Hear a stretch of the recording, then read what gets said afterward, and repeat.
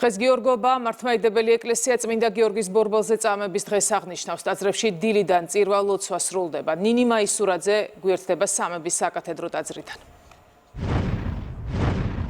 23 ნოემბერს წმინდა გიორგის ბორბალზე წამების დღე აღინიშნება. ამასთან დაკავშირებით დღეს ქვეყნის ყველა მოქმედ ტაძარში საზეიმო ღვთისმსახურება ტარდება.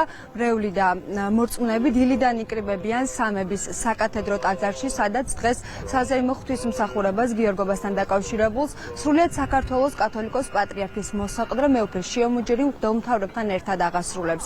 დღეს ასევე მრევლს შესაძლებლობა აქვს, რომ მოილოცონ სამების საკათედრო ტაძარში დაბრძანებული წმინდა გიორგის ნაწილები. წირვის დასრულების შემდეგ კი ტრადიციულად მრევლს ქადაგებით მიმართავს მეუფე შიო. დღევანდელი დღის მნიშვნელობაზე ისაუბრებს და კიდევ ერთხელ გაიხსენებს მე-3 საუკუნის წმინდანის ღვაწლს, რომელიც მან სარწმუნოებისთვის გაიღო. გიორგობასთან დაკავშირებით დღეს ასევე სამების საკათედრო ტაძარში დაგეგმილი არის რიგით 72 საყოველთაო ნათლობა. პატრიარქის ნათლული კიდევ 7-მდე ბავშვი გახდება.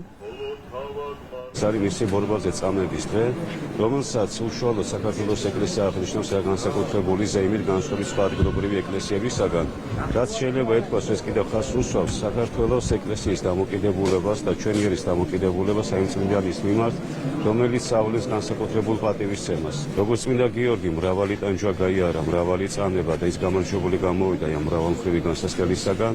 საქართველოს ყოველთვის გარკვეული, ასე ვთქვათ, უბედობის, ყოველთვის რაღაცა შემოტევის შიშის ქვეშ იყო და ამიტომაც განსაკუთრებული სასწრება, განსაკუთრებული სიყვარული ჰქონდა დიდი წმინდანის მიმართ, რომ მისი მეოხებით და მისი ლოცვით ღმერთისაგან ყოველთვის დაცული ყოფილიყო ჩვენი ქვეყანა და ჩვენი ეკლესია.